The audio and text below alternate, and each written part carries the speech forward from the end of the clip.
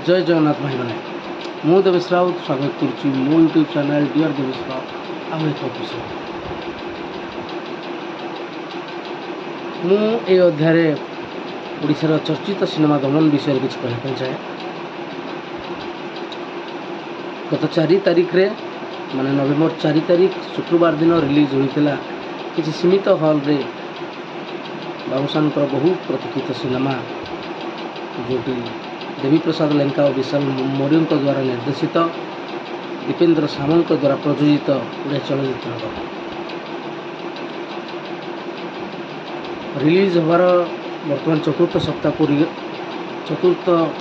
प्रवेश कला। तथापि दमन जो सफल यात्रा चली बर्तमान सुधा अविश्वसनीय। मैं बहुत उत्साह सहित आउ गोटे वीडियो करने चाहिए दमन विषय कहीं दमन आस्ते आस्ते गोटे गोटे सीढ़ी अतिक्रांत करी चलुची ओडिया सिनेमा को गोटे नूतन जगार पहुँचाई दमन रो भूमिका बहुत श्रेयस्कर।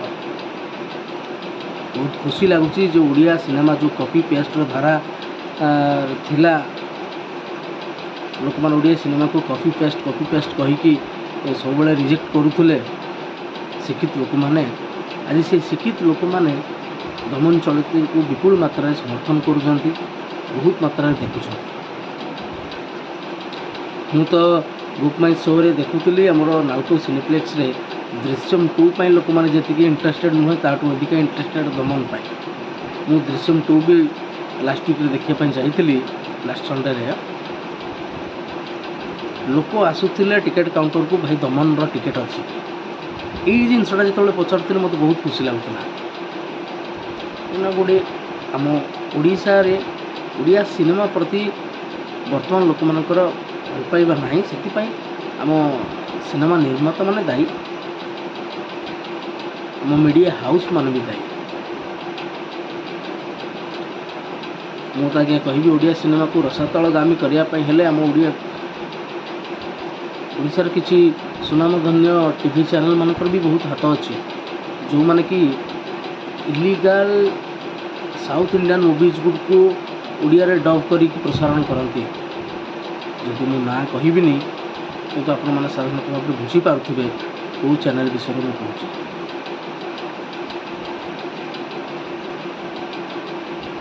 2010-12 मसीहा कथा कहबी जितेबाला ओडिया सिनेमा को लोक माने आग्रह सहित देखुले से समय से निज मीडिया चैनल टीआरपी बढ़ाई इलीगल भाव में बेआईन भाव में दक्षिण भारतीय सिनेमा गुड़ी को ओडिया रे डबिंग करी प्रसारण करें जो द्वारा कि लोक मैंने आमर ओडिया सिनेमा प्रति वितस्पृह हेले दक्षिणी सिनेमा प्रति आग्रह प्रकाश कले। यदि से सिनेमा गुड़िक मनोरंजन धर्मी थिला किंतु से समय भी आम ओडिया सिनेमा इतने खराब भी नथिला। कॉपी आज्ञा सबुठी होड़िया भी हो साउथ भी हो बहुत लोग कहे ना साउथ वाला फिल्म कॉपी करती कि भी करती। आप Raju Hirani super hit film Munna भाई MBBS रु तेलुगु वाला भी शंकर दादा जिंदाबाद नाम गोटे पिक्चर रिमेक कर दबंग सिनेमा पवन कल्याण गब्बर सिंह फिल्म भी रिमेक कर कॉपी पेस्ट सबुठी अच्छी कि तथापि आम 100टा सिनेमा 15-20टा ओरिजिनल कंटेंटर सिनेमा बनवा निहाती दरकार आमती सक्सेस कर दमन सिनेमार निर्माता मैंने बहुत खुशी भी लगुच भल प्रयास को लोक मैंने अकुंठित समर्थन दौरान बहुत मात्रा देखुं।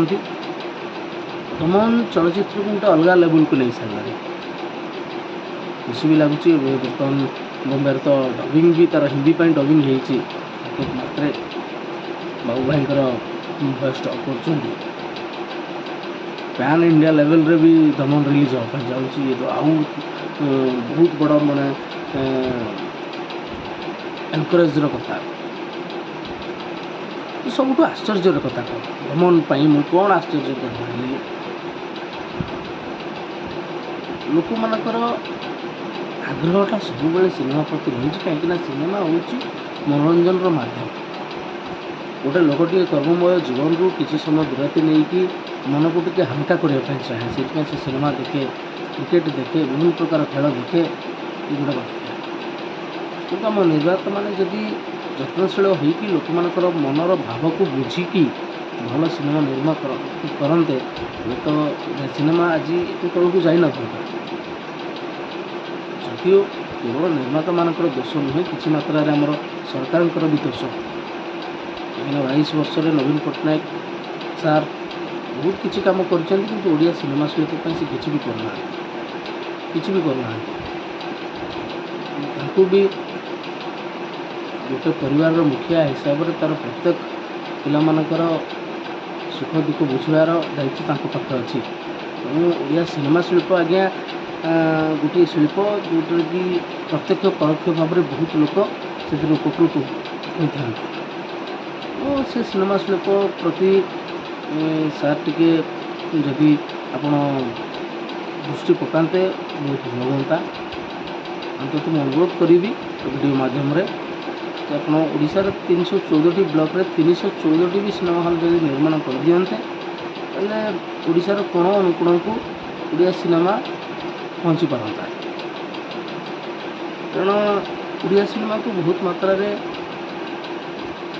ଗାଁର ଦର୍ଶକମାନେ ଦେଖନ୍ତି, ସହର ଲୋକ ବହୁତ କମ୍ ଦେଖନ୍ତି। କାହିଁକିନା ଆମ ଓଡ଼ିଆ ସିନେମାର ମାନ ଦମନ ପୂର୍ବରୁ ସେତେ ଉନ୍ନତ ନଥିଲା, କେବଳ ମାସ୍ ଅଡ଼ିଏନ୍ସଙ୍କ ପାଇଁ ଥିଲା, କ୍ଲାସ୍ ଅଡ଼ିଏନ୍ସମାନଙ୍କ ପାଇଁ ନାହିଁ। କିନ୍ତୁ ଦମନ ସବୁ ପରିଭାଷା ବଦଳେଇ ଦେଇଛି, ଓଡ଼ିଆ ସିନେମାର ଦର୍ଶକମାନଙ୍କର ସବୁ ପରିଭାଷା ବଦଳେଇ ଦେଇଛି। ବହୁତ ମାତ୍ରାରେ ଶିକ୍ଷିତ ଲୋକ, ବହୁତ ମାତ୍ରାରେ ଯୁବକ ଲୋକ ଦମନ ଚଳଚ୍ଚିତ୍ରକୁ ଅତି ଉତ୍କଣ୍ଠାର ସହିତ ଦେଖୁଛନ୍ତି ଓ ଏନ୍ଜୟ ବି କରୁଛନ୍ତି। କାରଣ ନଭେମ୍ବର 4ରେ ଯେତେବେଳେ ରିଲିଜ୍ ହେଲା ଗୋଟେ ଶୋ ଥିଲା ନାଲକୋ ସିନିପ୍ଲେକ୍ସରେ, କିନ୍ତୁ ଆଜି ଚତୁର୍ଥ ସପ୍ତାହ ଚାଲିଛି, ରନିଂ ଚାଲିଛି, ବି 2ଟା 3ଟା ଶୋ ସେ ଦେଉଛନ୍ତି ଆଉ ସବୁ ପ୍ରାୟ ଶୋ 90% ସିଟ୍ ହାଉସଫୁଲ୍। ୟାଠୁ ବଡ଼ ଖୁସିର କଥା କିଛି ବି ହୋଇନପାରେ। ତେଣୁ ମୁଁ ଅନୁରୋଧ କରିବି ଯେତେ ବି ନିର୍ମାତାମାନେ ଅଛନ୍ତି ସେମାନେ ଟିକେ ଅରିଜିନାଲ୍ କଣ୍ଟେଣ୍ଟ ଆଣନ୍ତୁ, ଲୋକମାନଙ୍କର ଭାବାବେଗକୁ ବୁଝନ୍ତୁ, ଲୋକମାନଙ୍କର ଭାବାବେଗକୁ ବୁଝିକି ସିନେମା ନିର୍ମାଣ କରନ୍ତୁ। ବର୍ତ୍ତମାନ ବହୁତ ସୁନ୍ଦର ସୁନ୍ଦର ନିର୍ଦ୍ଦେଶକ ନିର୍ମାତା ଆସୁଛନ୍ତି, ଅନୁପମ ପଟ୍ଟନାୟକ, ଅଜୟ ପାଢ଼ୀ, ଯେଉଁମାନେ କି ସୁନ୍ଦର କଣ୍ଟେଣ୍ଟକୁ ନେଇକି ଚଳଚ୍ଚିତ୍ର ନିର୍ମାଣ କରିବା ପାଇଁ ଆଗଭର ଅଛନ୍ତି। ଆଉ ସେମାନଙ୍କୁ ବି ମୁଁ ଅନୁରୋଧ କରିବି କିଛି ପ୍ରଯୋଜକ ସହଯୋଗ କରନ୍ତୁ ଓଡ଼ିଆ ସିନେମାକୁ ବୃଦ୍ଧିମାନ କରିବା ପାଇଁ। ଆଉ ବିନମ୍ର ଅନୁରୋଧ କରିବି ମାନନୀୟ ମୁଖ୍ୟମନ୍ତ୍ରୀ ଆପଣ ଓଡ଼ିଆ ସିନେମା ପ୍ରତି ଟିକେ ଦୃଷ୍ଟି ଦିଅନ୍ତୁ। ଅନ୍ତତଃ ବ୍ଲକ୍ ସ୍ତରରେ ଗୋଟିଏ ଲେଖାଏଁ ସିନେମା ହଲ୍ ନିର୍ମାଣ କରନ୍ତୁ, କିଛି ନହେଲେ 300ଟା ସିଟ୍ ଥିବା ହଲ୍ ନିର୍ମାଣ କରନ୍ତୁ। ଆପଣ ସେଠି ଖାଲି ମୁଁ କହିବିନି ଯେ ଆପଣ ସିନେମା ପ୍ରଦର୍ଶନ କରନ୍ତୁ ବୋଲି, ସେଠି ଆପଣ ଓଡ଼ିଶାର ଲୋକକଳା ସଂସ୍କୃତି ପରମ୍ପରାକୁ ନେଇକି ଲୋକନୃତ୍ୟ ହଉ, ଦଣ୍ଡନୃତ୍ୟ ହଉ, ବିଭିନ୍ନ ପ୍ରକାର ସେଥିରେ ପରିବେଷଣ କରିପାରିବେ। ଟିକେଟ୍ ମାଧ୍ୟମରେ ଲୋକମାନଙ୍କ ପାଖକୁ ପହଞ୍ଚାଇ ପାରିବେ। ଏଥିରେ ପ୍ରତ୍ୟେକ ପରୋକ୍ଷ ଭାବରେ ବହୁତ ନିଯୁକ୍ତି ସୁଯୋଗ ବି ସୃଷ୍ଟି ହେବ। ସରକାରଙ୍କର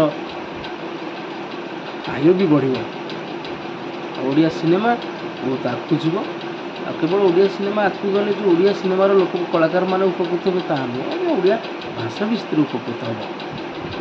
କାହିଁକିନା ଆଜି ଦକ୍ଷିଣୀ ଭାରତୀୟ ସିନେମା ବହୁତ ଉଚ୍ଚସ୍ତରକୁ ଯାଉଛି, ଯଦ୍ୱାରା କି ବହୁତ ଲୋକ ଇଣ୍ଟରେଷ୍ଟେଡ଼ ହେଇକି ତେଲୁଗୁ, ତାମିଲ, ମାଲାୟାଲମ, କନ୍ନଡ଼ ଏଇଗୁଡ଼ାକ ଶିଖିବା ପାଇଁ ବି, ଏଇ ଭାଷା ଗୁଡ଼ିକ ଶିଖିବା ପାଇଁ ବି ସେମାନେ ଚେଷ୍ଟା କରନ୍ତି। ଆଉ ଅନୁପମ ଭାଇଙ୍କର ଯେଉଁ ବହୁ ପ୍ରତୀକ୍ଷିତ ସିନେମା ଗୋଟିଏ ଆସୁଛି ପ୍ରତୀକ୍ଷା, ତାଙ୍କ ନିର୍ଦ୍ଦେଶିତ ସିନେମା, ତାଙ୍କର ମୁଁ ତ ପଞ୍ଚାଲଙ୍କା ୱେବ୍ ଚ୍ୟାନେଲରେ ତାଙ୍କ web series gangs of Puri ଦେଖିଥିଲି, ବହୁତ ବଢ଼ିଆ ଲାଗିଲା। ମୁଁ ତ ଭାବିଥିଲି ଯେ ଏଇଭଳିଆ କାହାଣୀକୁ ନେଇକି ଓଡ଼ିଆ ସିନେମା ଟିକେ କରିବା ଦରକାର। ସିନେମା ବି କରିଥିଲେ ସେ ବଢ଼ିଆ ଚାଲିଥାନ୍ତା। ବହୁତ ସୁନ୍ଦର ନିଛକ ଓଡ଼ିଆ ଘରର କାହାଣୀ ବହୁତ ଭଲ ଲାଗୁଥିଲା। କେବଳ ଗ୍ୟାଙ୍ଗସ୍ ଅଫ୍ ପୁରୀ ଦେଖିବା ପାଇଁ ମୁଁ କଞ୍ଚାଲୋକ ପ୍ଲେ ଷ୍ଟୋରରୁ ଡାଉନଲୋଡ଼୍ କରିକି ତା ସବସ୍କ୍ରିପସନ୍ ନେଲି କେବଳ ଗ୍ୟାଙ୍ଗସ୍ ଅଫ୍ ପୁରୀ ପାଇଁ। ଠିକ୍ ସେମିତି ତାଙ୍କର ଯେହେତୁ ଭଲ ନିର୍ମାତା ଅମିୟ ପଟ୍ଟନାୟକଙ୍କର ସୁପୁତ୍ର ସେ, ତାଙ୍କର ବହୁତ କିଛି ଓଡ଼ିଆ ସିନେମା ଇଣ୍ଡଷ୍ଟ୍ରିରେ ଆଶା କରୁଛି।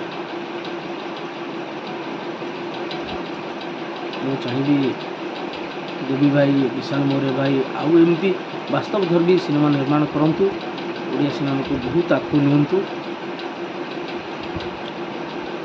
ଆଉ ଓଡ଼ିଆ ସିନେମାର ଏଇ ଯେଉଁ ଖରାପ ସମୟଟିକୁ, ଯେମିତି ବାବୁସାନ ଚଳଚ୍ଚିତ୍ରରେ ଗର୍ଭବତୀ ମହିଳାଙ୍କୁ ନିଜ କାନ୍ଧରେ ଉଠେଇକି ମେଡ଼ିକାଲ ନେଇଯାଇଥିଲେ, ଠିକ୍ ଏମାନେ ଏଇ ଖରାପ ସମୟରେ ଓଡ଼ିଆ ସିନେମାକୁ ନିଜ କାନ୍ଧରେ, ଏଇ ଯେଉଁ ଯୁବ ନିର୍ଦ୍ଦେଶକମାନେ ଅଛନ୍ତି ନିଜ କାନ୍ଧରେ ଉଠେଇକି ଗୋଟେ ଭଲ ସ୍ଥାନରେ ନେଇକି ପହଞ୍ଚାନ୍ତି।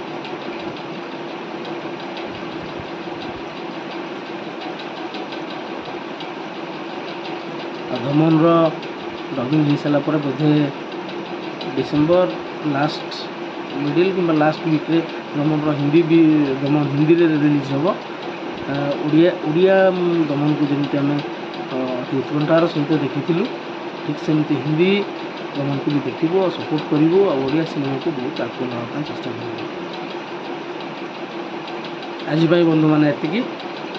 ଦେଖା ହେବ ଆଗାମୀ ଅଧ୍ୟାୟରେ ବହୁ ପ୍ରତୀକ୍ଷା ବିଷୟରେ ଆଲୋଚନା କରିବା। ଜୟ ଶ୍ରୀରାମ।